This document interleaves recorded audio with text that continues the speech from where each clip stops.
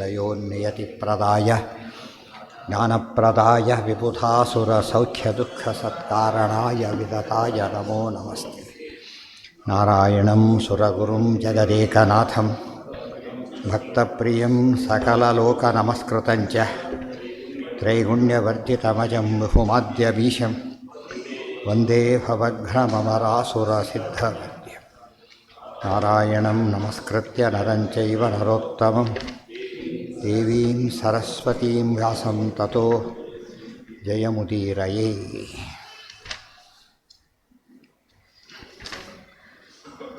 ನಾರಾಯಣಂ ಗುಣೈಃ ಸರ್ವೈರುದೀರ್ಣಂ ದೋಷವರ್ಜಿತಂ ಜ್ಞೇಯಂ ಗಮ್ಯಂ ಗುರುಂಶ್ಚಾಪಿ ನತ್ವಾ ಸೂತ್ರಾರ್ಥ ಉಚ್ಯತೆ.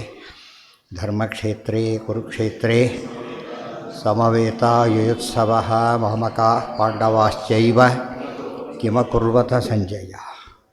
ದೇವಂ ನಾರಾಯಣಂ ನತ್ವಾ ಸರ್ವದೋಷವಿವರ್ಜಿತಂ ಪರಿಪೂರ್ಣಂ ಗುರುಂಶ್ಚಾನ್ ಗೀತಾರ್ಥಂ ವಕ್ಷ್ಯಾಮಿ ಲೇಶತಃ. ಸಮಸ್ತಗುಣಸಂಪೂರ್ಣಂ ಸರ್ವದೋಷವಿವರ್ಜಿತಂ ನಾರಾಯಣಂ ನಮಸ್ಕೃತ್ಯ ಗೀತಾ ತಾತ್ಪರ್ಯಮುಚ್ಯತೆ. ಗುಣಗಣನಿಲಯಂ ಪತಿಂ ರಮಾಯಾಃ ಜಗದಘದಹನಂಚ ವಾಸವೀಸೂನುಂ ಮುನಿಕುಲತಿಲಕಂಚ ಪೂರ್ಣಬೋಧಂ ಗುರುಮಪಿ ಪರಮಂ ಗುರುಂಚ ಮೇ ವಂದೇ. ಲಕ್ಷ್ಮೀನಾರಾಯಣಂ ನತ್ವಾ ಸರ್ವದೋಷವಿವರ್ಜಿತಂ ಪೂರ್ಣಬೋಧಾದಿಕಾನ್ ಗುರೂನ್ ಕುರ್ಮ ಶ್ರೀಕೃಷ್ಣಗೀತಾಯಾಃ ಭಾಷ್ಯಾದ್ಯುಕ್ತಾರ್ಥ ಸಂಗ್ರಹ. ಯಾವುದೀಗ?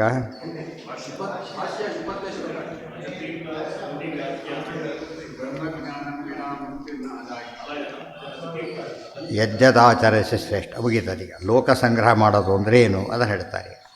ಒಟ್ಟು ಯಾನಿ ತೀರ್ಥಾದಿ ವಾಕ್ಯಾನಿ ಕರ್ಮಾದಿ ವಿಷಯಾಣಿ ಚ ಸ್ಥಾವಕಾನ್ನೇವ ತಾನಿ ಸ್ಯುಃ ಅಜ್ಞಾನಾಂ ಮೋಹಕಾನಿ ವಾ ಭವೇನ್ಮೋಕ್ಷಸ್ತು ಮದೃಷ್ಟೇ ನಾಣ್ಯಸತ್ವ ಕಥಂಚನ ಇತಿ ನಾರದೀಯೇ. ಯಾವುದು ಆಗಿಲ್ಲ ಅದು ತದ ತೀರ್ಥಾದ್ದೇವ ಮುಕ್ತಿ ಸಾಧನ ಮುಚ್ಯತೆ. ಇಲ್ಲಿ ಕೆಲವು ತೀರ್ಥಯಾತ್ರೆ ಇತ್ಯಾದಿ ಮಾಡಿದರೆ ಮುಕ್ತಿ ಸಾಧನವಾಗತ್ತೆ ಅಂತ ಹೇಳ್ತಾರೆ. ಆ ವಾಕ್ಯ ಕೊಟ್ಟರು. ಬ್ರಹ್ಮಜ್ಞಾನೇನ ವಾ ಮುಕ್ತಿ ಪ್ರಯಾಗ ಮರಣೇನ ವಾ ಅಥವಾ ಸ್ನಾನ ಮಾತ್ರೇಣ ಗೋಮತ್ಯಾಂ ಕೃಷ್ಣಸನ್ನಿಧೌ. ಬ್ರಹ್ಮಜ್ಞಾನ, ಪ್ರಯಾಗ ಮರಣ, ಗೋಮತಿ ನದಿಯ ಸ್ನಾನ, ಇದು ತೀರ್ಥಯಾತ್ರೆ ಆಯಿತು. ಪ್ರಯಾಗ ಮರಣ ಇದು ಬ್ರಹ್ಮಜ್ಞಾನ ಆಯಿತು. ಸೊ ಆಪ್ಷನ್ ಇದೆಯಲ್ಲ ಇವತ್ತು ಹಾಗೆ ಎಷ್ಟೋ ಜನಕ್ಕೆ ತಪ್ಪು ಕಲ್ಪನೆ ಇದೆ. ಈಗ ಗೊತ್ತಾಯ್ತಾ? ನಾವು ಓದಬೇಕಾಗಿಲ್ಲ, ಏನೋ ತಾನಿಗೇನೋ ಮಾಡ್ಕೊಂಡು ಎದ್ಬಿಟ್ರೆ ಮುಕ್ತಿ ಆಗುತ್ತೆ ಅಂಥೇಳಿ ತಪ್ಪೋದು. ಎಲ್ಲಿ ಅದಕ್ಕೆ ಅರ್ಥ ಹಾಗೆ ಮಾಡಬಾರ್ದು ಅಂತ ಹೇಳಿದರು. ಇಲ್ಲಿ ಮುಕ್ತಿ ಅಂತ ಹೇಳಿದರೆ ಪಾಪಾನ್ ಮುಕ್ತಿ, ಪಾಪಾದಿನಾ ಮುಕ್ತಿ ಅಷ್ಟೇ ಹೊರತು ಆ ಮುಕ್ತಿ ಅಲ್ಲ. ಪಾಪದಿಂದ ಮುಕ್ತಿ ಆಗುತ್ತೆ. ಮುಕ್ತಿ ಅನ್ನೋ ಪದ ಇದೆ. ಪಾಪದಿಂದ ಮುಕ್ತಿಗೂ ಮುಕ್ತಿ ಬಿಡುಗಡೆ ಆಯಿತು ಅಂತ ಕರೀತಾರೆ. ಸಂಸಾರದಿಂದ ಬಿಡುಗಡೆ ಇಲ್ಲ, ಜೈಲಿಂದ ಬಿಡುಗಡೆ ಆದರೆ ಏನಂತಾರೆ? ಬಿಡುಗಡೆ ಅಂತ ಕರೀತಾರೆ ಅದನ್ನು. ಆ ರೀತಿಯಲ್ಲಿ ಸ್ತುತಿಪರತಾಚ ತತ್ರಾಪಿ. ಇನ್ನೊಂದು ಸ್ತುತಿಪರತ ಅಂದ್ರೇನು? ಮಹತ್ವ ಹೇಳು. ತೀರ್ಥಯಾತ್ರೆ ಮಹತ್ವ ಇದೆ ಅಂತ ಹೇಳೋ ಉದ್ದೇಶನೇ ಹೊರತು ಏನು ಉದ್ದೇಶ ಅಲ್ಲ ಅದು. ಅದೇ ಅಲ್ಟಿಮೇಟ್ ಅಂತ ಅರ್ಥ ಅಲ್ಲ. ನಾವೇನು ಮಾಡದೇ ಇರೋದಕ್ಕಿಂತ ತೀರ್ಥಯಾತ್ರೆ ದೊಡ್ಡದು, ದಾನ ದೊಡ್ಡದು ಅಂತ ಅರ್ಥನೇ ಹೊರತು ಅದೇ ಫೈನಲ್ ಅನ್ನೋ ಅರ್ಥದಲ್ಲಿ ಹೇಳಿಲ್ಲ. ತತ್ರಾಪಿ ಕುತ್ರಚಿತ್ ಬ್ರಹ್ಮಜ್ಞಾನ ಸಾಧನತ್ವಮೇವ ಉಚ್ಯತೆ ಅನ್ಯಥಾ ಮುಕ್ತಿಂ ನಿಷಿಧ್ಯ. ಎಲ್ಲಿ ಈ ಬ್ರಹ್ಮಜ್ಞಾನದಿಂದನೇ ಮುಕ್ತಿ ಇತ್ಯಾದಿ ಆಪ್ಷನ್ ಕೊಟ್ಟು ಹೇಳಿದರು, ಅದೇ ಇದರೊಳಗೆ ಮುಂದೆ ಹೇಳ್ತಾರೆ ಬ್ರಹ್ಮಜ್ಞಾನಂ ವಿನಾ ಮುಕ್ತಿ ನ ಕಥಂಚಿದಪಿಷ್ಯತೆ. ಬ್ರಹ್ಮಜ್ಞಾನದ ಹೊರತು ಕಥಂಚಿತ್ ಯಾವ ರೀತಿಯಲ್ಲೂ ಕೂಡ ಮುಕ್ತಿ ಅವಕಾಶವೇ ಇಲ್ಲ. ಇವತ್ತು ನಮಗೆ ಲೋಕದಲ್ಲಿ ಗೊತ್ತಿದೆ, ಎಷ್ಟು ಪಲ್ಟಿ ಹೊಡೆದ್ರು ಕೂಡ ಪರೀಕ್ಷೆಯಲ್ಲಿ ಪಾಸ್ ಆಗಲೇಬೇಕು. ಗೊತ್ತಾಯ್ತಾ? ಇನ್ನು ಬೇರೆ ಸ್ಪೋರ್ಟಲ್ಲಿ ಏನೋ ಮಾಡಿರ್ಬೋದು ಅವನು, ಇಷ್ಟಾರು ಕೌಂಟ್ ಆಗೋದು ಯಾವುದೋ ಇದಕ್ಕೆ ಕರೆಕ್ಟ್ ಆಗಬೇಕಾದ್ರೆ ಓದಲೇಬೇಕು ಅಂತ ಉಳ್ಕೊಂಡಿದೆ. ಇದು ಹಾಗೇನೆ, ಸಬ್ಸ್ಟ್ಯೂಟ್ ಇಲ್ಲ ಅದಕ್ಕೆ. ಗೊತ್ತಾ? ಏನೇ ಕೊಟ್ಟರು ಕೂಡ ಸಬ್ಸ್ಟ್ಯೂಟ್ ಅಲ್ಲ. ಅದೇ ರೀತಿಯೇ ಬ್ರಹ್ಮಜ್ಞಾನಕ್ಕೆ ಯಾವುದೂ ಸಬ್ಸ್ಟ್ಯೂಟ್ ಅಲ್ಲ. ನಚ ತೀರ್ಥ ಇಲ್ಲಿದು ಅರ್ಥ ಆಗಿದೆ, ಅಲ್ಲಿ ಅರ್ಥ ಆಗಬೇಕು. ಲೋಕದಲ್ಲಿ ಅರ್ಥ ಆಗಿಬಿಟ್ಟಿದೆ. ಅದೇ ಓದೇ ಬರದೇ ಪಾಸಾಗಬೇಕು, ಬರದೆಲ್ಲಕ್ಕೆ ಓದಲೇಬೇಕು, ಇವೆಲ್ಲ ಅರ್ಥ ಆಗಿದೆ. ಅದೇ ರೀತಿ ಅಲ್ಲಿ ಜ್ಞಾನದಿಂದ ಮೋಕ್ಷ ಜ್ಞಾನ ಬರೋ ಅಧ್ಯಯನ ಮಾಡಲೇಬೇಕು. ಓದದೆ ಬರೀಲಿಕ್ಕೆ ಹೇಗೆ ಸಾಧ್ಯ ಇಲ್ವೋ, ಅಧ್ಯಯನ ಮಾಡ್ದೇ ಜ್ಞಾನ ಬರಲಿಕ್ಕೆ ಸಾಧ್ಯ ಇಲ್ಲ. ಮುಂದೆ ಬರೋ ಸೂತ್ರನೇ ಇದೆ, ಅಧ್ಯಯನ ಮಾತ್ರವತಃ. ಬ್ರಹ್ಮಸೂತ್ರ ಅದು. ಓಂ ಅಧ್ಯಯನ ಮಾತ್ರವತಃ. ಅಧ್ಯಯನ ಮಾಡಿದರೆ ಮಾತ್ರ ಇವತ್ತು ಜ್ಞಾನ ಹೊರತು ಇಲ್ಲ ಹೋದರೆ ಇಲ್ಲ. ಇಲ್ಲ ಯಾತಕ್ಕೆ ಹೇಳಿದ್ರೆ ಮಾತನ್ನಂದರೆ ಕರ್ಮಣ ಜ್ಞಾನ ಮಾತನುತಿ ಅಂತ ಮಾತಿದೆ. ತೀರ್ಥಯಾತ್ರಾದಿಗಳು ಕರ್ಮಗಳೇ. ಆದ್ದರಿಂದ ಅದನ್ನು ಮಾಡಿದರೆ ಆಗುತ್ತಾ ಅಂತ ಕೇಳಿದ್ರೆ ಅದಲ್ಲ. ಅಧ್ಯಯನ ರೂಪ ಕರ್ಮ ಆಗಬೇಕು. ಅಧ್ಯಯನ ರೂಪ ಕರ್ಮಕ್ಕೆ ಆಚಾರ ಬೇಕು. ಅದಕ್ಕಾಗಿ ಉಳಿದ ಕರ್ಮ ಬೇಕೇ ಹೊರತು ಕರ್ಮ ಶಬ್ದಕ್ಕೆ ಎಲ್ಲೆಲ್ಲಿ ಕರ್ಮದಿಂದ ಮೋಕ್ಷ ಅಂತ ಕರೀತಾರೋ ಅದಕ್ಕೆ ಶ್ರವಣಾದಿ ರೂಪ ಕರ್ಮದಿಂದ ಮೋಕ್ಷ, ಅಧ್ಯಯನದಿಂದ ಮೋಕ್ಷ ಅಂತ ಅರ್ಥನೇ ಹೊರತು ಬರೀ ತೀರ್ಥಾದಿಗಳಿಂದ ಅಲ್ಲ. ಆಗಿದ್ದರೆ ಇದನ್ನೆಲ್ಲ ಖಂಡನೆ ಮಾಡಬೇಕಾಗಿದ್ದಿಲ್ಲ. ಗೊತ್ತಾಯ್ತಾ? ನಚ ತೀರ್ಥಾದಿ ಸ್ತುತಿವಾಕ್ಯ ತೀರ್ಥಸ್ತುತಿವಾಕ್ಯಾನಿ ತತ್ಪ್ರಸ್ತಾವೇಪ್ಯುಕ್ತಂ ಜ್ಞಾನನಿಯಮಂ ಘ್ನಂತಿ. ನೋಡಿ, ಇಲ್ಲಿ ಹೇಳ್ತಾ ತೀರ್ಥಯಾತ್ರೆ ಹೇಳ್ತಾ ಬ್ರಹ್ಮಜ್ಞಾನ ಸೇರಿಸಿಬಿಟ್ರು.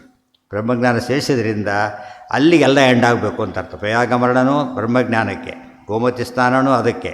ಅದೇ ರೀತಿ ಏನೇ ಕೆಲಸ ಮಾಡಿರಲಿ ತಾತ್ಪರ್ಯದಲ್ಲಿ ಆಚಾರ್ಯ ಹೇಳಿದ್ದಾರೆ, ದಾನ ತೀರ್ಥ ತಪೋಯಜ್ಞ ಪೂರ್ವಾಹ ಸರ್ವೇಪಿ ಸರ್ವತಾ ಅಂಗಾನಿ ಹರಿಸೇವಾಯಾಂ ಭಕ್ತಿ ಸ್ವೇಕಾ ವಿಮುಕ್ತೆ. ಅಲ್ಲಿ ಒಂದು ಸಂಶಯ ಬರ್ಬೋದು. ಕೆಲವೊಮ್ಮೆ ಭಕ್ತಿಯಿಂದನೇ ಮುಕ್ತಿ ಅಂತ ಕೆಲವು ಕಡೆಗೆ, ಜ್ಞಾನದಿಂದನೇ ಮುಕ್ತಿ ಅಂತ ಕೆಲವು ಕಡೆಗೆ, ಅದಕ್ಕೆ ಪ್ರಸಾದದಿಂದ ಇನ್ನೊಂದು ಕಡೆಗೆ. ಮೂರಿದೆ ಈಗ. ಜ್ಞಾನದಿಂದಲೇ ಮುಕ್ತಿ, ಭಕ್ತಿಯಿಂದಲೇ ಮುಕ್ತಿ, ಹರಿಪ್ರಸಾದದಿಂದನೇ ಮುಕ್ತಿ ಅಂತಿದೆ. ಮೂರಕ್ಕೂ ಒಂದೇ ಅರ್ಥ. ಏನರ್ಥ? ಜ್ಞಾನ ಅಂದರೆ ಭಕ್ತಿ ಇಲ್ಲದೆ ಜ್ಞಾನ ಇಲ್ಲ, ಜ್ಞಾನ ಇಲ್ಲದೆ ಭಕ್ತಿ ಇಲ್ಲ. ಆದ್ದರಿಂದ ಎರಡೂ ಆಯ್ತು. ಈಗ ಇವೆರಡು ಅಲ್ಟಿಮೇಟ್ ದೇವರ ಅನುಗ್ರಹ ಮಾಡಿ ಇವಿದ್ರೆ ಮಾಡೇ ಮಾಡ್ತಾನೆ. ಆದ್ದರಿಂದ ಅದು ಸರಿ. ಸೊ ಮೂರು ಬಿಟ್ಟುಬಿಟ್ರೆ ಇನ್ಯಾವುದೂ ಇಲ್ಲ. ಇನ್ನು ಸಪರ ಒಂದಕ್ಕೊಂದು ಕಾಯಿಂಟು ಸರಿಯಾಗಿ ಬರೋದು ಅನುಗ್ರಹ ಮಾಡೇ ಮಾಡ್ತಾರೆ. ಆ ರೀತಿ ಇವತ್ತು ಎಷ್ಟೇ ಬರೋದು ವ್ಯಾಲ್ಯೂಯೇಷನ್ ಆಗಲಿಲ್ಲ ಅಂದರೆ ಇಲ್ಲ. ಗೊತ್ತಾಯ್ತಾ? ವ್ಯಾಲ್ಯೂಯೇಷನ್ ಸರಿಯಾಗಿ ಬರೆದ್ರೆ ಮಾಡೇ ಮಾಡ್ತಾರೆ. ಪಕ್ಷಪಾತ ಇರೋದು ದೇವ್ರಿಗೆ ಪಕ್ಷಪಾತ ಇಲ್ಲ. ಇವ್ರಿಗೆ ಚಾನ್ಸಸ್ ಇದೆ, ಅದಿಲ್ಲ.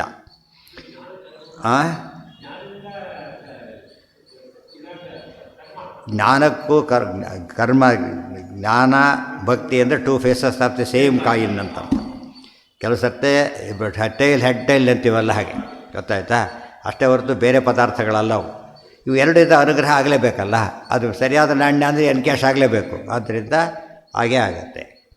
ಬ್ರಹ್ಮಜ್ಞಾನಂ ವಿನಾ ಮುಕ್ತಿ ನ ಕಥಂಚಿದಪಿಷ್ಯತೆ. ಕಥಂಚಿತ್ ಅಂತ ಹೇಳಿದ್ದರಿಂದ ಇವರೆಲ್ಲ ಏನೇನೋ ಪ್ರಯತ್ನ ಪಟ್ಟರು. ಆ ರೀತಿ ಹೋಗಿ ಈ ರೀತಿ ಎಷ್ಟು ಪ್ರಯತ್ನ ಪಟ್ಟರೂ ಆಗಲಿಲ್ಲ. ಅವನು ಕೇಳ್ಕೊಂಡ್ರಲ್ಲ, ನಾವು ಎಷ್ಟೇ ಪಾಪ ಮಾಡಿದ್ರೂ ಕೂಡ ನಿಮಗೆ ಮೋಕ್ಷ ಆಗಬೇಕು. ಭೂರಿ ಪಾಪ ಕೃತಿನೋಪಿ ನಹ. ಗೊತ್ತಾಯ್ತಾ? ಮುಕ್ತಿ ಮಾಪ್ರಮ ಉದಾರ ಸದ್ಗುಣ. ಸುರಾಣಕರು ವರ ಕೇಳಿದರು, ಎಷ್ಟೇ ಪಾಪ ಮಾಡಿದರೂ ಮುಕ್ತಿ ಆಗಬೇಕು. ಅದಕ್ಕೆ ಅವ್ರು ಹೇಳಿದರು, ಲಕ್ಷ್ಮೀನಾರಾಯಣ ವಿಯೋಗ ಒಂದ್ಬಿಟ್ಟು ಇನ್ನೇನು ಮಾಡಿದ್ರು ಮೋಕ್ಷ. ಅದು ಜ್ಞಾನ. ಮತ್ತು ಜ್ಞಾನ ಲಕ್ಷ್ಮೀನಾರಾಯಣ ವಿಯೋಗ ಇಲ್ಲ ಅಂಬೋದು ಜ್ಞಾನ. ಗೊತ್ತಾಯ್ತಾ? ಅದಿಲ್ಲದೆ ಹೋದರೆ ಮೋಕ್ಷ ಇಲ್ಲ. ಸೊ ಜ್ಞಾನದಲ್ಲೂ ಕೂಡ ಏನು ಹೇಳಿದಾಗಾಯಿತು, ಹೆಸರಿಗೆ ಜ್ಞಾನ ಅಲ್ಲ, ಪರ್ಫೆಕ್ಟಾಗಿರಬೇಕು ಜ್ಞಾನ. ಪ್ರಯಾಗ ಮೊದಲಾದವುಗಳಲ್ಲಿ ಮರಣದಿಂದಾಗಿ ಮುಂದೆ ಒಳ್ಳೆಯ ಜನ್ಮ ಬಂದು ಸಾರ್ಥಕ ಆಗ್ತದೆ ಹೊರತು ಅದೇ ಅಲ್ಟಿಮೇಟ್ ಅಲ್ಲ. ಯಾವ ಮುಕ್ತಿ ಜ್ಞಾನೋಪಾಯತ್ವಮೇವಿ. ಕೆಲಸದ ಎಷ್ಟೋ ಕಾಲೇಜಲ್ಲಿ ಸೀಟ್ ಸಿಗುತ್ತೆ, ಇಲ್ಲ ಇಂಥದ್ದೇ ಕಾಲೇಜ್ ಆಗಬೇಕು ಅಂತ ಹೇಳ್ತಾನೆ. ಅದಕ್ಕೆ ಮಹತ್ವ ಇದೆ. ಮತ್ತು ಜ್ಞಾನದಿಂದ ಮುಕ್ತಿ ಆಯಿತು, ಬಟ್ ಒಳ್ಳೆ ರೀತಿ ಜ್ಞಾನ ಬರಬೇಕಾದ್ರೆ ಒಳ್ಳೆ ಕಡೆಯೇ ಸೇರಬೇಕು. ಅದೆಲ್ಲ ಒಂದಕ್ಕೊಂದು ಅಂಗ.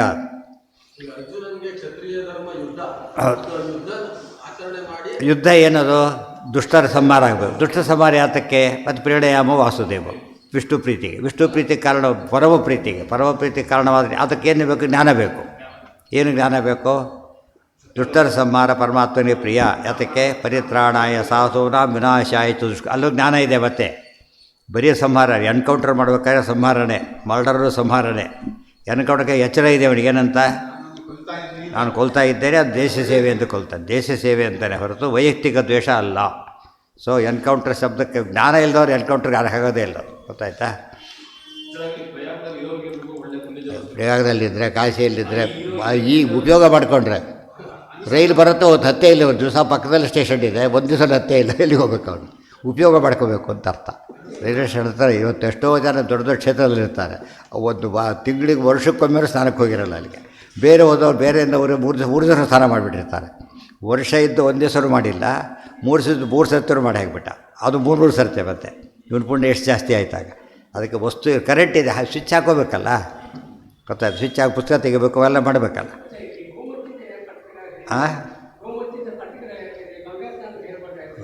ಒಂದು ದೃಷ್ಟಾಂತ ಅಷ್ಟೇ. ಅದು ಒಂದು ಗೋಮತಿ ನದಿ ಮಹಾನದಿ ವಿಶೇಷ.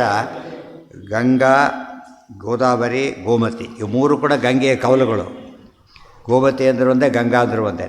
ಅದು ದ್ವಾರಕಾ ಮಹಾತ್ಮೆಯಲ್ಲಿ ಹೇಳ್ತಾರೆ ಅದನ್ನು, ಗಂಗೆ ಎಲ್ಲಿಂದ ಹುಟ್ಟಿ ಬಂದಳು ಅಂತ ಹೇಳ್ಬಿಟ್ಟು. ಅದರಿಂದ ಮೂರು ನದಿಗಳು ಕೂಡ ವಿಶೇಷ ಫಲ ಕೊಡೋದ್ರಿಂದ ಒತ್ತಿ ಹೇಳಿದರು. ಅವರಿಂದ ಗಂಗಾ ಪ್ರಸಿದ್ಧ. ಆ ಮೂಲಕ ಆಚಾರ್ಯ ಗೋಮತಿ ನದಿ ಮಹತ್ವನೂ ಹೇಳಿದಾಗಾಯಿತು. ಮತ್ತು ಗೋದಾವರಿ ಇನ್ನೊಂದು ಕವಲಾದ್ದರಿಂದ ಗೋದಾವರಿಯಂತೆ ಅದು ಶ್ರೇಷ್ಠನೇ. ಎರಡಿದೆ.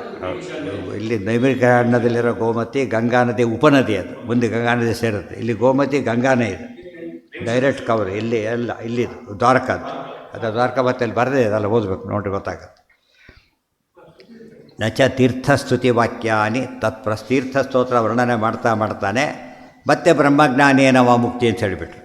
ಹೇಳಿದ ತಕ್ಷಣ ಏನಾಯಿತು, ಬ್ರಹ್ಮಜ್ಞಾನಕ್ಕೆ ಅದಕ್ಕೆ ಮಂದಿ ಬಂದಿದೆ. ಸಾಧಾರಣ ಪ್ರಶ್ನಾವಸರ, ಅಸಾಧಾರಣ ಪ್ರಶ್ನಾವಸರ. ಯಾರ ಬಗ್ಗೆನೂ ಮಾತಾಡಬೇಕು ಹೊತ್ತು ಮಾತಾಡಲೇಬೇಕು, ನಾಲ್ಕು ಒಳ್ಳೆ ಮಾತಾಡಲೇಬೇಕು. ಅವ್ರ ಬಗ್ಗೆ ಇನ್ಯಾರ ಬಗ್ಗೆನೂ ಹೇಳ್ತಾರೆ, ಅದು ಅಕ್ಸೆಪ್ಟೆಡ್. ಅದು ಇದು ಇವನಿಗೋಸ್ಕರ ಹೇಳಿದ್ದು, ಅದು ಯಾವಾಗಲೂ ಇರೋ ಸತ್ಯ. ಇದು ಅರ್ಥ ಮಾಡಿಕೊಂಡ್ರೆ ಬಹಳ ಮುಖ್ಯ. ಪ್ರಸ್ತಾವ ಅಂದ್ರೇನು? ಸಂದರ್ಭ. ತೀರ್ಥಯಾತ್ರೆ ವರ್ಣನೆ ಮಾಡೋ ಸಂದರ್ಭದಲ್ಲಿ ತೀರ್ಥಯಾತ್ರೆ ವರ್ಣನೆ ಮಾಡಿದರು. ಆದರೆ ಜ್ಞಾನ ಆಗಲೇ ವರ್ಣನೆ ಮಾಡಿದರು. ಮತ್ತೆ ಜ್ಞಾನ ವರ್ಣನೆ ಮಾಡೋಕ್ಕೆ ತೀರ್ಥ ವರ್ಣನೆ ಮಾಡಲಿಲ್ಲ. ಎಷ್ಟು ನೈಜ್ಞಾನೇನ ಸದೃಶ ಮುಗಿದೋಯ್ತು. ಏನು ಸೇರಿಸಲಿಲ್ಲ ಅದ್ರ ಜೊತೆಗೆ ಹೇಳಿದೆ. ಇದಕ್ಕೆಲ್ಲ ಹೇಳ್ಬೇಕಾದ್ರೆ ಜ್ಞಾನ ಜಂಟಿ ಮಾಡಿದರು. ಮತ್ತು ಪ್ರಯಾಗ ಅನ್ನೋ ಶಬ್ದದಲ್ಲೇ ಒಂದು ಮಾತಿದೆ, ವಾದಿರಾಜ ಬೇರೆ ತೀರ್ಥಪ್ರಮದಲ್ಲಿ ಬರೀತಾರೆ. ಪ್ರಯಾಗ ಅಂದರೆ ಏನು? ಪ್ರಕೃಷ್ಟ ಯಾಗ ಸದೃತಿ ಸಕೃದ್ಯಸ್ಯ ಸಂಸ್ಮೃತಿ. ದೇವರ ಧ್ಯಾನ ಮಾಡೋದೇ ಪ್ರಯಾಗ ಅಂತ ಕರೀತಾರೆ. ಅಲ್ಲಿ ಒಂದ್ಸರಿ ಸ್ನಾನ ಮಾಡಿ ದೇವರ ಸ್ಮರಣೆಗೆ ಸಮ ಆಗುತ್ತೆ ಅಂತೇಳಿ. ಸೊ ಪ್ರಯಾಗದಲ್ಲಿ ಮರಣ ಅಂದರೆ ದೇವರ ಸ್ಮರಣೆ. ಅಂತ್ಯಕಾಲದಲ್ಲಿ ಸ್ಮರಣೆ ಮಾಡಿದರೆ ಅಂತ ಅರ್ಥ. ಅದು ಅಪ್ರೋಕ್ಷಣಾಗಿರ್ಬೇಕು ಅದಕ್ಕೆ. ಆದ್ದರಿಂದ ಅರ್ಥ ಬಂತು. ಪ್ರಯಾಗ ಶಬ್ದಕ್ಕೆ ವಾದಿರಾಜ ಬರೋದ ಅರ್ಥ ಅದು. ಅರ್ಥ ಆಯ್ತಾ?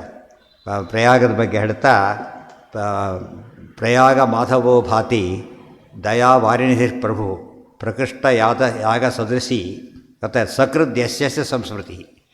ಒಂದು ದೊಡ್ಡ ಯಾಗ ಮಾಡೋದು ಎಷ್ಟು ಪುಣ್ಯ ಬರುತ್ತೆ, ಭಾರಿ ದೊಡ್ಡ ಯಾಗ ಮಾಡಿ ಎಷ್ಟು ಪುಣ್ಯ ಬರುತ್ತೋ ದೇವರ ಸ್ಮರಣೆಗೆ ಅಷ್ಟು ಪುಣ್ಯ ಬರುತ್ತೆ. ಅಂದರೆ ಪ್ರಯಾಗ ಮರಣ ಅಂದರೆ ದೇವರ ಸ್ಮರಣೆ ಮಾಡ್ತಾ ಸಾಯೋದು ಅಂತ ಅರ್ಥ. ಸರಿ ಹೋಯ್ತು. ಅದೇ ರೀತಿ ಗೋಮತಿ ಸ್ನಾನ ಅಂದರೆ ಗಂಗಾದಲ್ಲಿ ಸ್ನಾನ ಮಾಡಿರೋ ಜ್ಞಾನತೀರ್ಥದಲ್ಲಿ. ಜ್ಞಾತವ್ಯಂ ಭಾರತೀಯ ತೀರ್ಥೆ. ಯಾವುದಕ್ಕೆ? ವೇದ, ಅದೇ ಜ್ಞಾನತೀರ್ಥ. ವೇದಾದಿಗಳಿಂದ ಬರತಕ್ಕಂಥ ಜ್ಞಾನತೀರ್ಥ. ತದ್ವಿದ್ಯೆ ಪ್ರಣಿಪಾತೇನ ಪರಿಪ್ರಶ್ನೇನ ಸೇವೆ. ಆದ್ದರಿಂದ ಅದು ಏನು ವಿರೋಧ ಬರಲೇ ಇಲ್ಲ. ಅಲ್ಲಿ ಒಳಗಿನರ್ಥ ಸರಿಯಾಗೇ ಇದೆ, ಹೊರಗಿನರ್ಥದಲ್ಲಿ ಸ್ತುತಿ ಇತ್ಯಾದಿ ಇದೆ. ಇನ್ನೊಂದು ಕಾರಣ ಅವಸರಮೋಹನಕ್ಕೋಸ್ಕರ ಅದು ಬೇರೆ ಸೇರಿಸ್ತಾರೆ. ಅವಸರಮೋಹನಕ್ಕೂ ಹಾಗೆ ಹೇಳ್ತಾರೆ. ಹೌದಲ್ಲ, ತೀರ್ಥಯಾತ್ರೆ ಮಾಡಿದ್ರೆ ಸಾಕಲ್ಲ ಅಂಥೇಳಿ ಎಟ್ಟೋದ್ರೆ ಅಷ್ಟು ಮಾಡ್ಕೊಂಡು ಮುಗಿಸ್ಬಿಡ್ತಾರೆ. ಯಾರು ತಪ್ಪು ತಿಳ್ಕೊತಾರೋ ಅವಸರದಾದಾಗ ಲೆಕ್ಕ ಆಗಿಬಿಡುತ್ತೆ. ಹುಷಾರಾಗಿರ್ಬೇಕು, ತಪ್ಪು ತಿಳ್ಕೊಬಾರ್ದು, ಹುಷಾರಾಗಿ ತಿಳ್ಕೊಬೇಕು. ಏನೋ ಅದು ಒಳಗಿನ ಧ್ಯಾನದ್ದು. ಅಲ್ಲೂ ಸ್ನಾನ ಅಂದ್ರೇನು? ಅಲ್ಲೂ ಕೂಡ ದೇವರ ಸ್ಮರಣೆನೇ. ಬರೀ ಪಡ ಬಂದೆ. ಇವತ್ತೆಲ್ಲ ಟಿ ವಿಯಲ್ಲಿ ನೋಡಿರ್ಬೇಕಾರೆ ಯಾರ್ಯಾರು ಹೇಳ್ತಿರ್ತಾರೆ, ಉಲ್ಟಾ ಪಲ್ಟ ಬೇರೆ ಹೇಳ್ತಿರ್ತಾರೆ. ಇಲ್ಲಿ ಈ ಕಡೆ ಈ ಕಡೆ ಪಿಂಗಳ ಅಂತ ಹೇಳ್ಬಿಟ್ಟು ಉಲ್ಟಾ ಪಲ್ಟ ಮಾಡಿ ಅವ್ರಿಗೆ ಗೊತ್ತಿಲ್ಲ. ಏನೋ ಅದೊಂದು ಕೇಳಿ ಹೇಳೋ ಅಭ್ಯಾಸ ಆಗಿಬಿಟ್ಟಿದೆ. ಅದಕ್ಕೆ ಜನ ಕೇಳ್ತಾರೆ ಅಂತ ಆಗಿಬಿಟ್ಟಿದೆ. ಅದೆಲ್ಲ ಸಾಲದು. ಅಂದ್ರೇನು, ಪಿಂಗಳ ಅಂದ್ರೇನು, ಈ ನಾಡಿ ಯಾವ ಸುಷುಮ್ನ ಅಂದರೆ ಏನು, ಏನಂತ ಕರೀತಾರೆ, ಆ ನಾಡಿಗೆ ಯಾರು ದೇವತೆ, ಅವೆಲ್ಲ ಗೊತ್ತಿಲ್ಲದ್ರೆ ಏನೂ ಉಪಯೋಗ ಇಲ್ಲ. ರೈಲ್ ಎತ್ತು ಕೂತ್ರೆ ಆಮೇಲೆ ರಾಂಗ್ ಆಯ್ತು, ಹಿಡಿಬೇಕು, ಡಬಲ್ ಖರ್ಚಾಯ್ತು. ಮತ್ತೆ ಆ ಥರ ತಪ್ಪಾಗಬಾರ್ದು. ಜ್ಞಾನ ಅಂತ ಎಲ್ಲೆಲ್ಲಿ ಹೇಳ್ತಾರೋ ಯಥಾರ್ಥ ಜ್ಞಾನ ಅಂತಲೇ ಅರ್ಥ. ಬರೀ ಜ್ಞಾನ ಅಲ್ಲ, ದೇವರಿದ್ದಾನೆ ಅಷ್ಟೇ. ಸಂಕಟ ಬಂದು ಆಮೇಲೆ ದೇವ್ರು ಹೋಗಿಬಿಟ್ಟ, ಆಗ ಬಂದ ಬಸ್ ಸಿಕ್ಕ ತಕ್ಷಣ ದೇವ್ರು ಹೋದಾಗಲಿ, ಆ ರೀತಿ ಆಗಬಾರ್ದು. ನಚ ತೀರ್ಥ ಸ್ತುತ್ಯಾದಿ ಸ್ತುತಿವಾಕ್ಯಾನಿ ತತ್ಪ್ರಸ್ತಾವೇಪಿ ಉಕ್ತಂ ಜ್ಞಾನನಿಯಮಂ ಘ್ನಂತಿ. ಯಥಾ ಕಂಚಿತ್ ದಕ್ಷಂ ಭೃತ್ಯಂ ಪ್ರತಿ ಉಕ್ತಾನಿ ಅಯಮೇವ ಹಿ ರಾಜ ಕಿಂ ರಾಜ್ಞಾ ಇತ್ಯಾದೀನಿ ಯಥಾಹ ಭಗವಾನ್. ಒಳ್ಳೆ ದೃಷ್ಟಾಂತ ಕೊಡ್ತಾರೆ. ಯಥಾ ಕಂಚಿತ್ ದಕ್ಷಂ ಭೃತ್ಯಂ ಪ್ರತಿ ಉಕ್ತಾನಿ. ಒಳ್ಳೆ ಎಫಿಷಿಯೆಂಟ್ ಸೇವಕ, ಒಳ್ಳೆ ಭಾರಿ ನಿಷ್ಠಾವಂತ ಸೇವಕ. ಅವನ ಬಗ್ಗೆ ಹೇಳಿದರು. ಎಷ್ಟು ಗೊತ್ತೇನ್ರಿ ಇವನು? ಅಯಮೇವ ಹಿ ರಾಜ, ಇವನೇ ರಾಜ. ಕಿಂ ರಾಜ್ಞಾ, ರಾಜನ ತೊಗೊಂಡು ಏನು ಮಾಡ್ತೀರಿ ಅಂದರೆ ರಾಜನ ಬಿಡ್ಲಕ್ಕ ಹೇಳಲಿಲ್ಲ. ಅದರ ಏನಂತ ಹೇಳಿದರು? ಇವನು ರಾಜನಿಗೆ ಅತ್ಯಂತ ಪ್ರಿಯನಾದ್ದರಿಂದ ಇವನು ಒಪ್ಪಿದರೆ ರಾಜ ಒಪ್ತಾನೆ ಅಂತ ಅರ್ಥ. ಅಲ್ಲಿ ಸ್ತುತಿ ಅಷ್ಟೇ ಹೊರತು ಏನಲ್ಲ, ಅದು ಅವನೇ ರಾಜ ಅಂತ ಅರ್ಥ ಅಲ್ಲ. ಡೆಪ್ಯೂಟಿ ಮೀನಿಂಗೇ ಅದು. ಡೆಪ್ಯೂಟಿ ಆ್ಯಕ್ಚುಲಿ ಡೆಪ್ಯೂಟಿ ಅಲ್ಲ, ಡೆಪ್ಯೂಟಿ ಅಂತ ಕರೆಯೋದಿಲ್ಲ. ಅವನ ಪರ ಇನ್ನೊಬ್ರು ಹೋದರೆ ಡೆಪ್ಯೂಟಿ ಅಂತ ಹೆಸರು ಅವನಿಗೆ. ಅವ್ರು ರೆಪ್ರೆಸೆಂಟ್ ಮಾಡಿದರೆ ಡೆಪ್ಯೂಟಿ ಆಗ್ತಾನೆ. ರೆಪ್ರೆಸೆಂಟ್ ಮಾಡೋದು ಯಾವಾಗ? ಅವನ ವಿತ್ ಹಿಸ್ ಕನ್ಸೆಂಟ್ ಆಗಬೇಕದು. ಆದ್ದರಿಂದ ಅಲ್ಲಿ ಪ್ರಾಧಾನ್ಯ ಯಾರಿಗೆ ಬಂತೀವಿ? ಮತ್ತೆ ಅವನು ನಾನೇ ಡೆಪ್ಯೂಟೆಡ್ ಅಂತ ಹೋಗಾಗಿಲ್ಲ. ಅವನು ಏನು ಮಾಡಬೇಕು? ಅವನು ಡೆಪ್ಯೂಟ್ ಮಾಡಿದರೆ ಅಧಿಕೃತವಾಗಿ ಬರಬೇಕಾದ್ರೆ ಆರ್ಡರ್ ತೊಗೊಂಡೇ ಹೋಗಬೇಕು. ಆದ್ದರಿಂದ ಅಂಥ ಭೃತ್ಯ, ಇವೆಲ್ಲ ಭೃತ್ಯರಿದ್ದಾಗ ಅಂಗಗಳು ಬಿಡುವುದಲ್ಲ. ಇದು ರಾಜ. ಜ್ಞಾನ ಅಂದ್ರೇನು? ರಾಜ ಇದ್ದಾಗ ಲೆಕ್ಕ. ಆದ್ದರಿಂದ ಹೇಳ್ತಾರೆ ಹೊರತು ಬೇರೆ ದೃಷ್ಟಿಯಿಂದ ಅಲ್ಲ. ಇದು ಗಂಗಾ, ಇದು ಪುಷ್ಟುಪಾದಕವಾದ ಜ್ಞಾನ ಇಲ್ಲದೆ ಹೋಗಿದ್ದರೆ ಏನು ಉಪಯೋಗ? ಗಂಗಾನೂ ಅಷ್ಟೇ, ಮನೆ ನೀರು ಅಷ್ಟೇ. ಯಥಾಹ ಭಗವಾನ್ ಯಾನಿ ತೀರ್ಥಾದಿ ವಾಕ್ಯಾನಿ ಕರ್ಮಾದಿ ವಿಷಯಾಣಿ ಚ ತಾವಕಾನ್ಯೇವ ತಾನಿಶ್ ಒಟ್ಟು ತಾತ್ಪರ್ಯ ಹೇಳಿಬಿಡ್ತಾರೆ. ಯಥಾಹ ಭಗವಾನ್, ಯಾವ ಈ ಪುರಾಣದಲ್ಲಿ ಬಂತಲ್ಲ ಅದೇ ಪುರಾಣದ ವಾಕ್ಯ ಬರೆದ ವೇದವ್ಯಾಸರು ಹೇಳ್ತಾರೆ ನಾರದೀಯ ಪುರಾಣದಲ್ಲಿ, ಯಾನಿ ತೀರ್ಥಾದಿ ವಾಕ್ಯಾನಿ ಕರ್ಮಾದಿ ವಿಷಯಾಣಿ ಚ ಸ್ಥಾವಕಾನ್ಯೇವ ತಾನಿ ಸ್ಯುಃ ಅಜ್ಞಾನ ಮೋಹಕಾನಿ ವಾ. ಅವರೇ ತಾತ್ಪರ್ಯ ಹೇಳಿಬಿಟ್ರು. ಯಾನಿ ತೀರ್ಥಾದಿ ವಾಕ್ಯಾನಿ, ತೀರ್ಥಾದಿಗಳಿಂದಲೇ ಮುಕ್ತಿಯಾಗುತ್ತೆ ಅನ್ನೋ ವಾಕ್ಯಗಳೇನಿವೆ. ಕರ್ಮಾದಿ ವಿಷಯಾಣಿ ಚ, ಕರ್ಮಾಚರಣೆ ಮಾಡಿದ್ರೆ ಮುಕ್ತಿಯಾಗುತ್ತೆ ಅಂತ ವಾಕ್ಯಗಳಿವೆ. ಅವೆಲ್ಲ ಸ್ಥಾವಕಾನ್ಯೇವ, ಅದು ಅಪ್ರಿಷಿಯೇಟ್ ಮಾಡಲಿಕ್ಕೆ ಹೇಳಿದ್ದೆ ಹೊರತು ವಸ್ತುಸ್ಥಿತಿ ಅಲ್ಲದಲ್ಲ. ಇನ್ನೊಂದು ಅಜ್ಞಾನ ಮೋಹಕಾನಿ ಚ, ಅಜ್ಞಾನಿಗಳಿಗೆ ಮೋಹ ಉಂಟು ಮಾಡೋದಕ್ಕೆ ಹೇಳಿದ್ದಾರೆ. ಭವೇನ್ ಮೋಕ್ಷಸ್ತು ಮದ್ದೃಷ್ಟೇ, ಮೋಕ್ಷ ಸಿಗೋದು ಯಾವಾಗ? ಮದ್ದೃಷ್ಟಿ ಅಂದರೆ ಅಪರೋಕ್ಷ ಜ್ಞಾನಕ್ಕೆ ಹೊರತು ಬೇರೆದಕ್ಕೆ ಸಿಗೋದಿಲ್ಲ. ನಾಣ್ಯತಸ್ತು ಕಸಂಚನ ಐತೆ ನಾರದಿ, ಬೇರೆ ದಾರಿ ಇಲ್ಲೇ ಇಲ್ಲ ಅಂತ ಸ್ಪಷ್ಟ ಹೇಳ್ತಾರೆ. ಇದು ನಾರದೀಯ ಪುರಾಣದ ಮಾತು. ಸೊ ಎಲ್ಲ ವಿಷಯ ಎಲ್ಲ ರೀತಿಯಿಂದನೂ ಒಂದು ವಾಕ್ಯ ತಗೊಂಡು ಡಿಟೇಲಾಗಿ ಅರ್ಥ ಬರೋದು. ಅಥವಾ ಅಪರೋಕ್ಷ ಜ್ಞಾನಾದೇವ ಮೋಕ್ಷ ಕರ್ಮತು ತತ್ಸಾಧನಮೇವ, ಒಟ್ಟು ತೀರ್ಮಾನ. ಕರ್ಮಣೈವೆ ಅಂತ ಬಂತಲ್ಲ, ಅದು ಉಪಸಂಹಾರ. ಅಥವಾ ಅಪರೋಕ್ಷ ಜ್ಞಾನಾದೇವ ಮೋಕ್ಷ, ಕರ್ಮಣೈವ ಅಂತಿರ್ಬೋದು, ಅದಕ್ಕೆ ಅರ್ಥ ಇದು. ಅಥವಾ ಅಪರೋಕ್ಷ, ಇಲ್ಲಿ ಏವ ಹಾಕ್ಲಿಕ್ಕೆ ಕಾರಣ ಅಲ್ಲಿ ಏವ ಇದ್ದಿದ್ದಕ್ಕೆ ಕರ್ಮಣ ಏವ ಅಂತ ಹೇಳಿದರು. ಅಲ್ಲ, ಜ್ಞಾನೇನೈವ ಅಂತ ಇಲ್ಲಿ ಹೇಳಿ ಅಪರೋಕ್ಷ ಜ್ಞಾನಾದೇವ, ಬರೀ ಜ್ಞಾನ ಅಂತ ಹೇಳಲಿಲ್ಲ. ಮತ್ತು ಬರೀ ಜ್ಞಾನ ಎಷ್ಟೊಂದು ದಾರಿ ತಪ್ಪಿದವರು ಇದ್ದಾರೆ, ಆದ್ದರಿಂದ ಹೇಳಕ್ಕೆ ಬರೋದಿಲ್ಲ. ಕರ್ಮತು ತತ್ಸಾಧನಮೇವ, ಕರ್ಮ ಶಬ್ದಕ್ಕೆ ಎಲ್ಲ ಸೇರ್ಕೊಂಡು ಹೋಯ್ತು. ಯಾವುದು ಕರ್ಮ? ದಾನ, ತೀರ್ಥ, ತಪಸ್ಸು, ಯಜ್ಞ, ಏನೇನು ಮಾಡಿದೆ ಎಷ್ಟು ಏನವು ಕರ್ಮಗಳು. ಅದು ಮುಖ್ಯವಾಗಿ ಜ್ಞಾನ ಅಲ್ಲ. ಆದರೆ ಜ್ಞಾನಕ್ಕೆ ಜ್ಞಾನಕ್ಕೆ ಲಿಂಕ್ ಕೊಡೋದಾದ್ರಿಂದ ಬೇರೆ. ಲಾಸ್ಟ್ ಬೋಗಿ ಕೂಡ ಏನಾಗಿರಬೇಕು?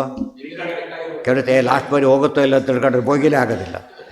ಯಾವಾಗ ಅದು ಅಟ್ಯಾಚ್ ಆದರೆ ಮಾತ್ರ. ಅದರಲ್ಲೂ preference first class, second class, third class ಇದ್ದಾಗೆ ಅಲ್ಲೂ ವ್ಯತ್ಯಾಸ ಇದೆ. ನೇರ ಜ್ಞಾನ ಕಾರ್ಯಕ್ಕೆ ಮಾಡಿದರೆ ಅದು ಫಸ್ಟ್ ಕ್ಲಾಸ್. ಅದು ಸ್ವಲ್ಪ ಹಿಂದೆ ಮುಂದೆ ಆದರೆ ಏನಾಯ್ತಲ್ಲ ಸೆಕೆಂಡ್ ಕ್ಲಾಸ್. ಅಲ್ಲಿ ಕಂಫರ್ಟ್ಸ್ ಕಡಿಮೆ ಸ್ವಲ್ಪ ಅದರಲ್ಲಾಗಲೇ. ಥರ್ಡ್ ಕ್ಲಾಸಲ್ಲಿ ಇನ್ನೂ ಕಡಿಮೆ. ಈಗ ತೆಗೆದುಬಿಟ್ಟಿದ್ದಾರೆ, ಇಲ್ಲ ಥರ್ಡ್ ಕ್ಲಾಸ್ ಇಲ್ಲ ಈಗ. ಪ್ರಾಕೃತ ದೃಶ್ಯಮಾನ, ಅದಕ್ಕೆ ಇನ್ನೊಂದು ಭಾಗವತಾತ್ಮರಲ್ಲಿ ಹೇಳ್ತಾರೆ. ಇಲ್ಲೂ ಕೂಡ ಒಂದು ಮಾತು ಬರುತ್ತೆ.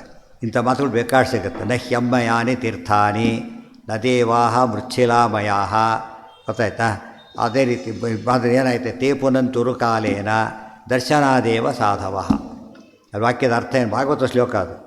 ನ ಮೃಣ್ಮಯಾನಿ ತೀರ್ಥಾನಿ ನಹಿ ಅಮ್ಮಯಾನಿ ತೀರ್ಥ. ತೀರ್ಥ ಅಂದರೆ ನೀರಲ್ಲ, ಗೊತ್ತಾಯ್ತಾ?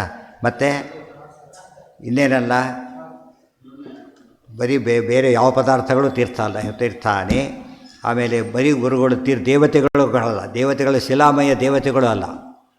ನನ್ನ ದೇವರ ವಿಗ್ರಹ ಅಂದರೆ ಶಿಲೆಯಲ್ಲ, ಸನ್ನಿಧಾನ ಇದೆ. ಜಲ, ನೀರು, ಗಂಗಾದಿಗಳು ಅಂದರೆ ನೀರಲ್ಲ, ಅಭಿಮಾನ ದೇವತೆಗಳಿದ್ದಾರೆ. ಪ್ರತೀಕಕ್ಕೆ ಆವಾಹಿತ ದೇವತೆಗಳಿದ್ದಾರೆ, ಇಲ್ಲಿ ಅಭಿಮಾನಿ ದೇವತೆಗಳಿದ್ದಾರೆ.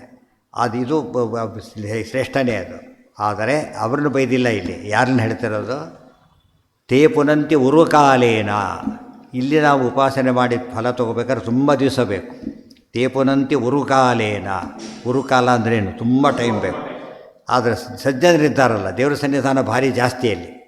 ಅಂದರೆ ತೀರ್ಥಕ್ಕಿಂತ ಹೆಚ್ಚು ಸನ್ನಿಧಾನ ಎಲ್ಲಿದೆ? ಜ್ಞಾನಿಗಳಲ್ಲಿದೆ. ಯಾತಕ್ಕೆ? ದರ್ಶನಾದೇವ ಸಾಧವ. ಅವ್ರು ನೋಡಿಬಿಟ್ರೆ ಸಾಕು, ಉದ್ಧಾರ ಆಗ್ತಾನೆ. ನಾನು ನೋಡಿಬಿಟ್ರೆ ಸಾಕು. ಇಲ್ಲಿ ಎರಡರ್ಥ. ದರ್ಶನ ಅಂದರೆ ನೋಡಿಬಿಟ್ರೆ, ನೋಡಿದ ಹೊರಟೋಗ್ಬಿಟ್ಟು ಕೈ ಮುಗಿದ್ಬಿಟ್ಟು ಅಲ್ಲ.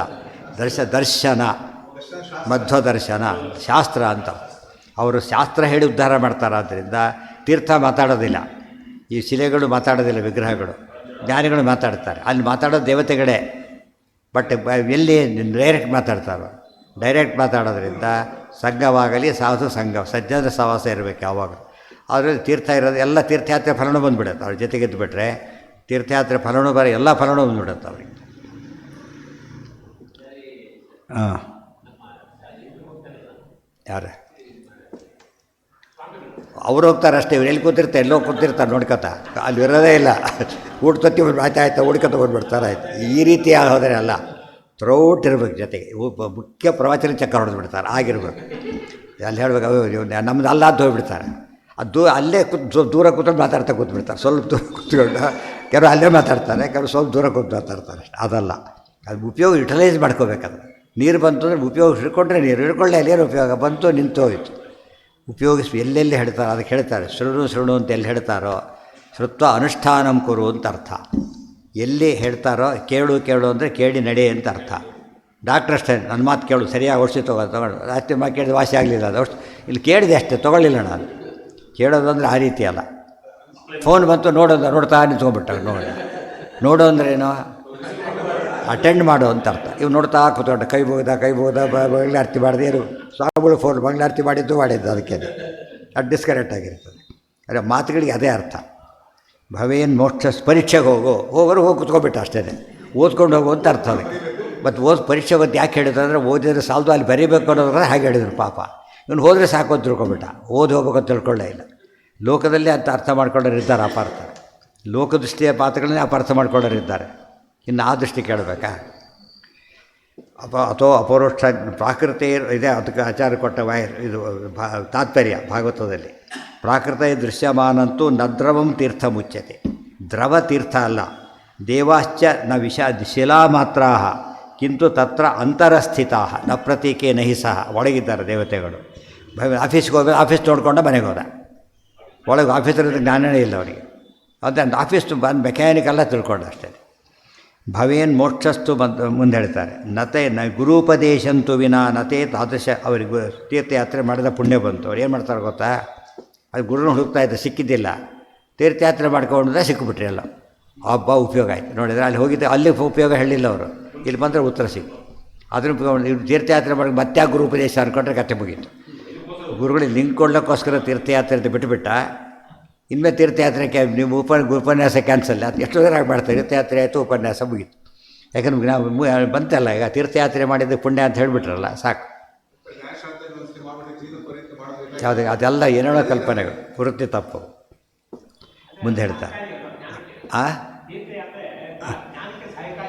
ಸಹಕಾರಿಯಾಗತ್ತೆ. ಹೇಳಿದ್ದಲ್ಲ, ಎಲ್ಲೋ ಬೇಡದಿದ್ದರೆ ಪುಸ್ತಕನೇ ಸಿಕ್ಕಿದ್ದಿಲ್ಲ, ಹೋಗಿ ಬಂದ ಪುಸ್ತಕ ಸಿಕ್ತು.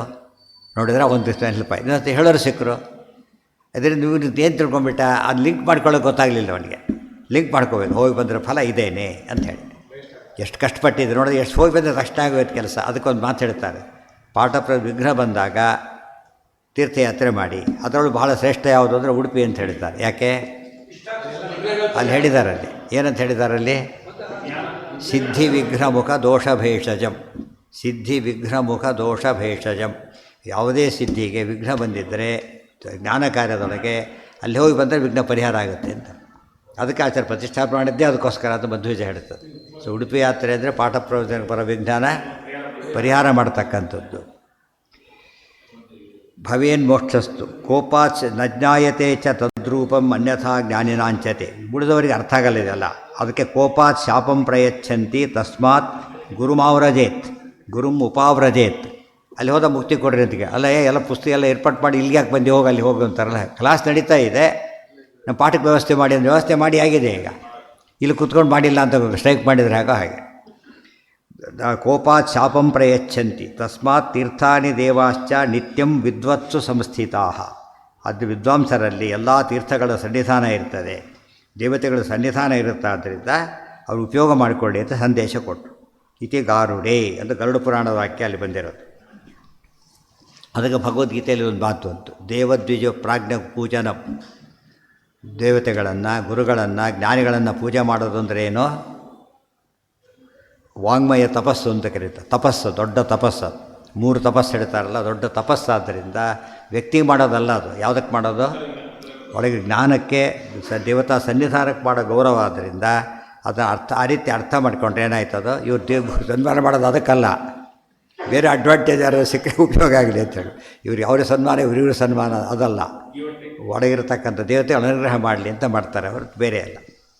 ಯಾನಿತಿ ಉದಾಹರಣೆಗೆ ಪೋಸ್ಟ್ ಬಾಕ್ಸ್ ಬೇರೆ, ಒಂದು ಬಂಗಾರದ ಪಾತ್ರೆ ಇಟ್ಕೊಂಡಿದ್ದಾನೆ, ಹಾಕ್ತಾನೆ, ಹೋಗೋದಿಲ್ಲ. ಅದು ಬರೀ ಟಿನ್ ಡಬ್ಬ ಅದು. ಯಾಕೆ ಲಿಂಕ್ ಇದೆ ಅದಕ್ಕೆ. ಏನು ತೊಗೊಂಡೋಗ್ತಾನೆ, ಅಲ್ಲಿ ಹಾಕಿದ ತಕ್ಷಣ ಬಂದು ತೊಗೊಂಡೋಗ್ತಾರೆ, ವ್ಯವಸ್ಥೆ ಇದೆ ತೊಗೊಂಡೋಗೋದಕ್ಕೆ. ಎಲ್ಲದಾಗ ಇಲ್ಲ ಎಂಥ ದೊಡ್ಡ ಬ್ಯಾಗ್ ಅದು ಒಯ್ಲಿಲ್ಲ ಅಂತ ಕೇಳಿದರೆ, ಅದು ಟೈಮಿಂಗ್ಸ್ ಮುಂದೆ ಹಾಕಬೇಕು, ಆಮೇಲೆ ಹಾಕಿರೋ ಹೋಯ್ತು. ಆ್ಯಕ್ಚುಲಿ ಜಡ ಪದಾರ್ಥ ಅದು, ಆರ್ಡಿನರಿ ನೋಡೋದಕ್ಕೆ. ಬಟ್ ಎಷ್ಟು ಹೆಲ್ಪ್ ಆಗುತ್ತೆ ಅದರಿಂದ. ಸನ್ನಿಧಾನ, ಅದಕ್ಕೆ ಸನ್ನಿಧಾನ ಅಂತ ಕರೀತಾರೆ. ಅದು ಪೋಸ್ಟ್ ಆಫೀಸ್ ಬಂದಿಲ್ಲ, ಯಾರ್ದೋ ಮನೆ ಮುಂದಿದ್ದು ಬಿಟ್ಟರೆ ಉಪಯೋಗ ಇಲ್ಲ. ಅದು ಯಾರ್ದೋ ಮನೆ ಅಂದ್ರೇನು, ಪೋಸ್ಟ್ ಆಫೀಸ್ ಸಂಬಂಧಪಟ್ಟ ಬಾಕ್ಸೇ ಅಲ್ಲ ಅದು, ಇವನೇ ಮಾಡಿಕೊಂಡ ಬಾಕ್ಸು. ಆ ರೀತಿ ಆಗಬಾರ್ದು. ಸನ್ನಿಧಾನಕ್ಕೆ ಅರ್ಥ ಅಂದರೆ ಅದೇನೆ, ಯಾವುದು ಆಥರೈಸ್ಡ್ ಆಗಿರುತ್ತೋ ಅದು ಸನ್ನಿಧಾನ, ಯಾವುದಲ್ವೋ ಅದು ಸನ್ನಿಧಾನ ಇಲ್ಲ ಅಂತ. ಅಥೋ ಅಪರೋಕ್ಷ ಜ್ಞಾನಾದೇವ ಮೋಕ್ಷ ಕರ್ಮ ತು ತತ್ಸಾಧನಮೇವ ಯದ್ಯದಾಚರತಿ ಶ್ರೇಷ್ಠ ತಾತ್ಪರ್ಯ.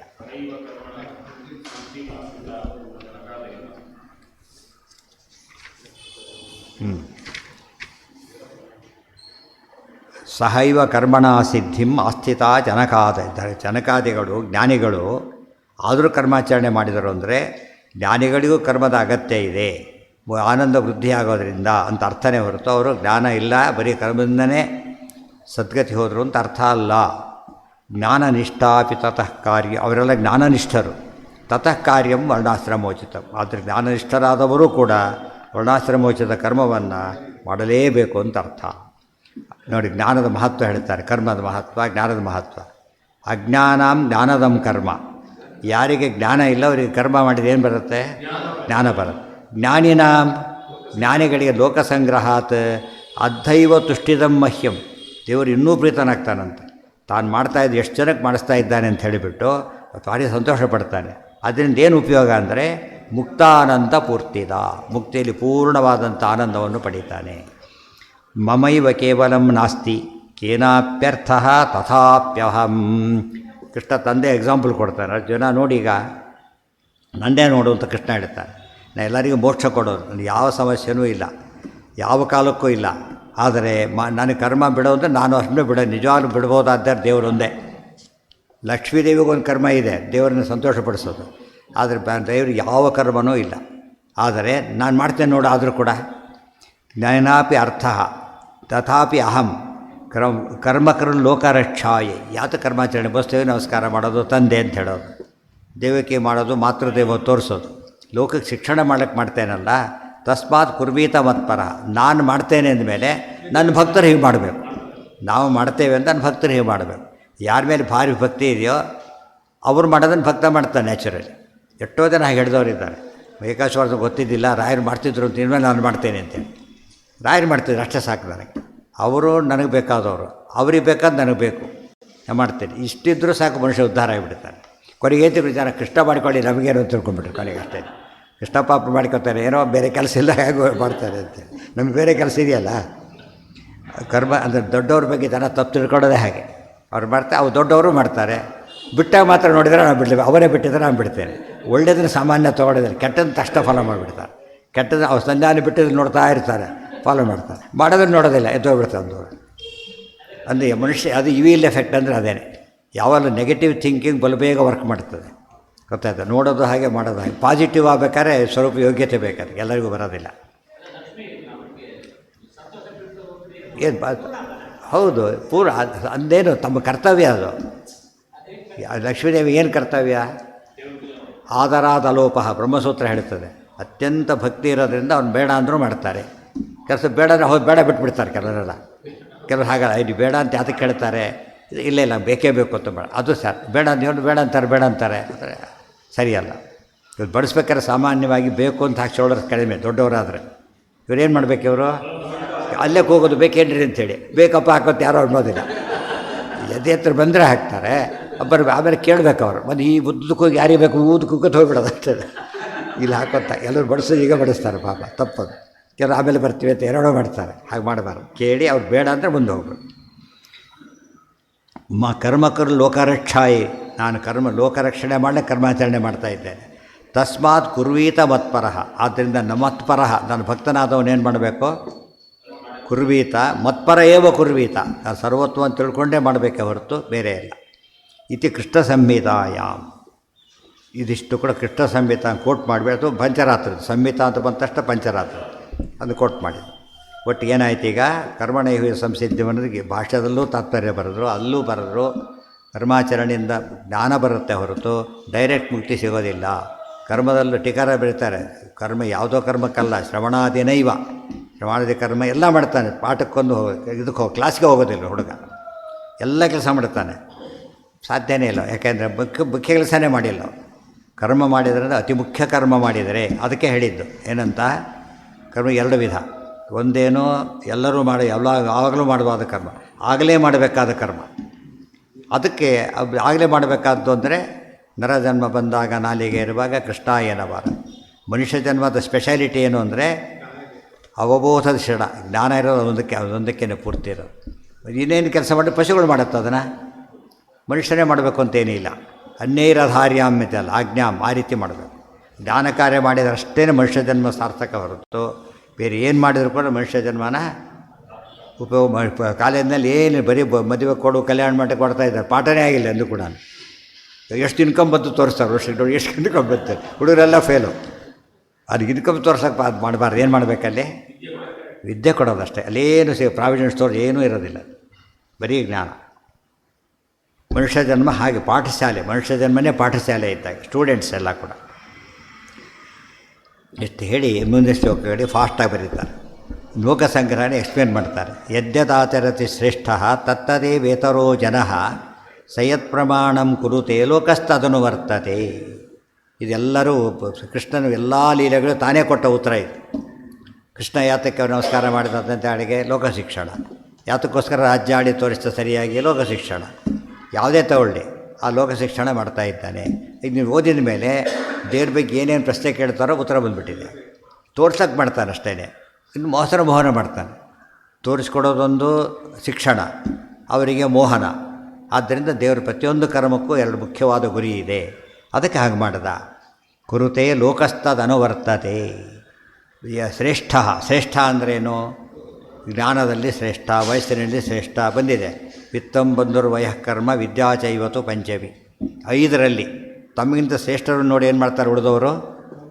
ಅದನ್ನು ಫಾಲೋ ಮಾಡ್ತಾರೆ. ಶ್ರೇಷ್ಠ ತತ್ತದ ಫಾಲೋ ಮಾಡ್ತಾರೆ ಎಂಬ ಪದ ಬೇರೆ, ಕಾಪಿ ಮಾಡ್ತಾರೆ ಅನ್ನೋ ಪದ ಬೇರೆ.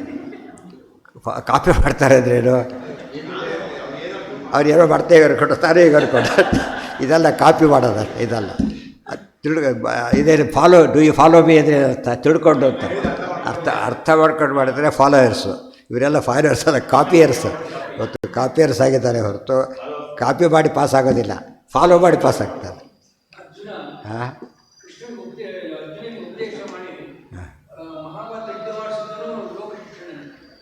ಇನ್ನೇನದು ಲೋಕ ಶಿಕ್ಷಣ ಹೋದ ಉಪದೇಶರವರು. ಕೃಷ್ಣ ಏನು ಮಾಡಿದ್ರು ಲೋಕ ಶಿಕ್ಷಣ, ಏನು ಹೇಳಿದ್ರು ಹೋಗೋದು. ನಮೇ ಉಪದೇಶ ಶಬ್ದಕ್ಕೆ ಅದೇ ತಾನೇ ಅರ್ಥ. ಉಪದೇಶ ಅಂದ್ರೇನು? ತಿಳಿದನ್ನು ಹೇಳೋದು, ಮಾಡೋದು, ಆಚಾರ ಮಾಡಿ ತೋರಿಸೋದು ಅಷ್ಟೆ.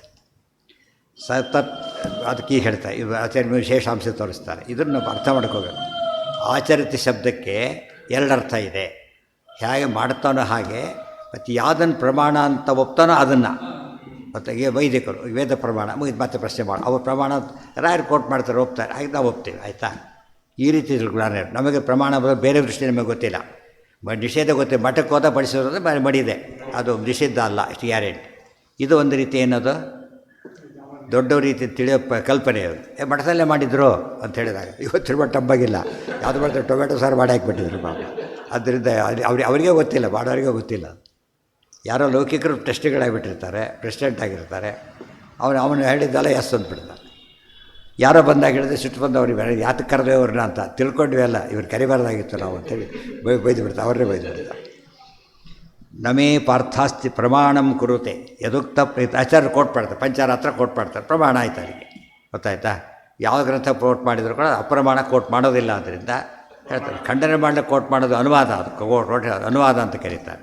ಇದು ಅಕ್ಸೆಪ್ಟೆನ್ಸ್ ಮಾಡಿದಾಗ ಕೊಟೇಶನ್ ಆಗುತ್ತೆ, ಅದು ಫಾಲೋ ಮಾಡಬೇಕು ನಾವು. ನಮೇ ಪಾರ್ಥಾಸ್ತಿ ಕರ್ತವ್ಯಂ ಶಿಶು ವಾಪಸ್ ಇದು ಭಾಷೆನೇ, ಇದು ಓದ್ತಿರೋದೇ ಭಾಷೆ. ಈಗ ಯದುಕ್ತ ಪ್ರಕಾರ 1-2 ಬರೀತಾರೆ. ಯದ್ವಾಕ್ಯಂ ಪ್ರಮಾಣಂ ಕುರುತೆ ಪಾರ್ಟ್ ಎ. ಯದುಕ್ತ ಪ್ರಕಾರೇಣ ತಿಷ್ಠತಿ ಅದು ಒಂದು. ಯಾವ ರೀತಿ ನಡ್ಕೋತಾನೆ ಅದು 2 ಅರ್ಥ. ಯಾಕೆ ನೋಡಪ್ಪ ವಾಕ್ಯ ಪ್ರಮಾಣ ಅಂತ ಹೇಳ್ದ, ವಾಕ್ಯ ಪ್ರಮಾಣ ಅಂಥೇಳಿ ಮಾಡಿ ತೋರಿಸ್ದ. ಇವೆರಡು ಉಳಿದವ್ರಿಗೆ ಏನಾಯಿತು? ಗೈಡೆನ್ಸ್ ಆಯಿತು, ಹಾಗೆ ಮಾಡಬೇಕು. ನಮೇ ಪಾರ್ಥಾಸ್ತಿ ಕರ್ತವ್ಯಂ. ಸಾಧಾರಣ ತೀರ್ಥ ತಗೋ ಅಂತ ಹೇಳಿದ್ರು ಅಷ್ಟೇ, ಹೇಗೆ ತೊಗೋಬೇಕು ಅಂತ ಹೇಳಿಲ್ಲ. ಹೀಗೆ ತೊಗೋಬೇಕು ತೋರಿಸಿದೆ. ಹೀಗೆ ಅದು ಕ್ರಮ. ಅದು ತೀರ್ಥ ತೊಗೊಳ್ಬೇಕು ಅನ್ನೋದು ಜ್ಞಾನ ಆಯಿತು. ಕ್ರಮ ಗೊತ್ತಾಗ್ಬೇಕಾದ್ರೆ ಏನು ಬೇಕು? ಮಾಡಿ ತೋರಿಸ್ಬೇಕು. ಹೀಗೆ ತಗೋ, ಆಚಮನ ಹೀಗೆ ಮಾಡು, ಪ್ರಾಣಾಯಾಮ ಹೀಗೆ ಮಾಡು, ಮಾಡಿ ತೋರಿಸ್ಬೇಕು. ಅದನ್ನು ಎಕ್ಸ್ಪ್ಲೇನ್ ಮಾಡ್ತಾನೆ. ಮತ್ತು ಈಗ ತನ್ನ ಶ್ರೇಷ್ಠರು ಮಾಡಿದ ಹಾಗೆ ಮಾಡ್ತಾರೆ. ನಾನು ಯಾರು? ಸರ್ವಶ್ರೇಷ್ಠ, ಸರ್ವೋತ್ತಮ. ಅದಕ್ಕೆ ನಾನು ಹಾಗೆ ಮಾಡಿ ತೋರಿಸ್ತೇನೆ. ನಮೇ ಬಂದು ಲಾ ಅದು. ಇದು ಎಕ್ಸಾಂಪಲ್ ತಾನೇ ಹೇಳ್ತಾನೆ, ನಾನು ಭಾರಿ ಶ್ರೇಷ್ಠ.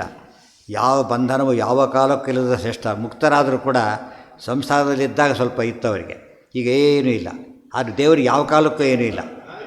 ನಮೇ ಅನಾದಿ ಕಾಲ, ಅನಾದಿ ನಿತ್ಯ ಮುಕ್ತ ಅನಾದಿ. ನಮೇ ಪಾರ್ಥ ಅಸ್ತಿ ಕರ್ತವ್ಯಂ ತ್ರಿಷು ಲೋಕೇಶು ಕಿಂಚನ. ಕೆಲವರಿಗೆ ತಮ್ಮೂರಲ್ಲಿ ಕೆಲಸ, ಬೇರೆ ಕಡೆ ಕೆಲಸ ಇರೋದಿಲ್ಲ. ಎಲ್ಲೋದ್ರೂ ನನ್ನ ಬಂಧನ ಇಲ್ಲ. ಬೇರೆ ದೇವತೆಗಳಿಗೆ ಅಲ್ಲೊಂದು ಬಂಧನ ಇದೆ, ಇಲ್ಲೊಂದು ಬಂಧನ ಇದೆ. ದೇವ್ರಿಗೆ ಎಲ್ಲೂ ಬಂಧನ ಇಲ್ಲ. ಮೂಲ ರೂಪ ಅವತಾರ ರೂಪಕ್ಕೆ ಎಲ್ಲೂ ಬಂಧನ ಇಲ್ಲ. ತ್ರಿಷು ಲೋಕೇಶು ಕಿಂಚನ, ಸ್ವಲ್ಪ ಮಾಡಬೇಕು ಅಂತ ನನಗೇನೂ ಇಲ್ಲ. ಯಾಕೆ ಅಂದರೆ ನಾನವಾಪ್ತಂ ಅವಾಪ್ತವ್ಯಂ. ಒಂದು ಪಡೀಲಕ್ಕೋಸ್ಕರ ಮಾಡಬೇಕು, ಗೊತ್ತಾಯ್ತಾ? ಒಂದು ಬಾಕಿ ಇದ್ದರೆ ಮಾಡಬೇಕು. ನಾನು ಹೊಂದದೇ ಇರೋದಿಲ್ಲ, ಎಲ್ಲ ಇದೆ. ಹೊಂದಬೇಕಾದ್ದು ಯಾವುದೂ ಇಲ್ಲ. ಆದ್ದರಿಂದ ಏನು ಮಾಡಬೇಕಾಗಿಲ್ಲ, ನಾನು ಕರ್ಮದ ಬಂಧನ ಇಲ್ಲವೇ ಇಲ್ಲ. ವರ್ತ ಏವಚ ಕರ್ಮಣಿ. ಆದರೂ ಏನು ಮಾಡ್ತಿದ್ದೇನೆ ನಾನು? ಆ ದೇವ್ರ ಕೆಲಸ ಮಾಡಿಸಿ ಯಾರು ಮಾಡೋದೇ ಇಲ್ಲ ಇವತ್ತೆ. ಏನೂ ಬಂಧನ ಇಲ್ಲ, ಎಲ್ಲ ಮಾಡ್ತಾನೆ. ಎಲ್ಲ ಬಂದರೆ ಏನೂ ಮಾಡೋದೆ, ಉಲ್ಟಾ ಪಡ್ತಾ ಇದೆ. ಮಾಡಬೇಕಾದ್ರೆ ಏನೂ ಮಾಡೋದಿಲ್ಲ, ಮಾಡಲೇಬೇಕಾದ್ರೆ ಎಲ್ಲವನ್ನೂ ಮಾಡಿ ತೋರಿಸ್ತಾನೆ.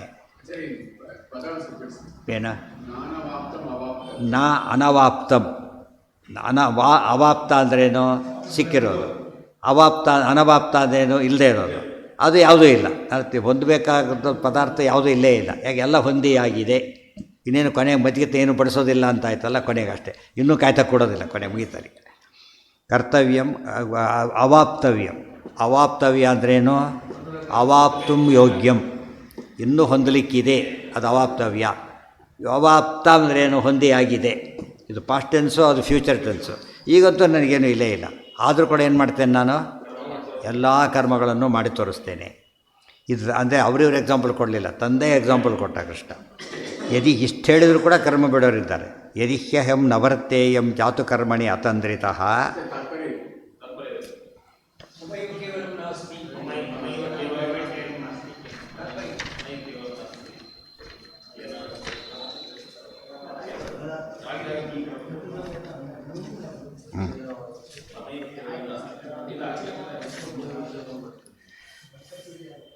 ಅದ್ಧೈವ ಸೃಷ್ಟಿಂ ರಕ್ಷಾ ಅದ್ಯದಾಚರತಿ ರಕ್ಷಯಾವಾಥ ವೃಷ್ಟ್ಯಾವ ಸಂಹೃತ್ಯಾದೇನ ಕ್ವಚಿತ್ ಅರ್ಥೋ ವಿಷ್ಣೋಸ್ತಥಾಪೇಶ ಸ್ವಭಾವಾತ್ ಸರ್ವಕರ್ಮಕೃತ ಮತ್ತೋ ನೃತ್ತಾದಿಕಂ.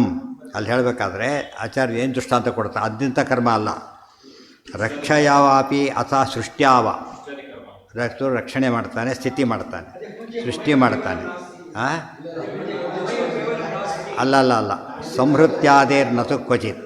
ಸೃಷ್ಟಿ ಸ್ಥಿತಿ ಸಂಹಾರ ಮೂರನ್ನು ಅನಾದಿ ಯಥಾ ಧಾತ ಯಥಾ ಪೂರ್ವಂ ಅಕಲ್ಪಯತ್ ಮಾಡ್ತಾ ಬಂದಿದ್ದೇನೆ. ಆದರೆ ಏನಿಲ್ಲ, ಅರ್ಥೋವಿಷ್ಟ. ನನಗೆ ಯಾರು ಮಾಡು ಅಂತ ಹೇಳೋರು ಯಾರೂ ಇಲ್ಲ, ಮಾಡದಿದ್ದರೆ ಕೇಳೋರು ಯಾರೂ ಇಲ್ಲ, ಮಾಡಿ ನನಗೆ ಆಗಬೇಕಾದ್ದೂ ಇಲ್ಲ. ಆದರೂ ಏನು ಮಾಡ್ತಿದ್ದೇನೆ ನಾನೀಗ? ಮಾಡ್ತಾನೇ ಇದ್ದೇನೆ. ಅದು ಇದರಿಂದ ಏನು ಪ್ರಯೋಜನವತ್ತು ಆ ಸೂತ್ರ ಇದು.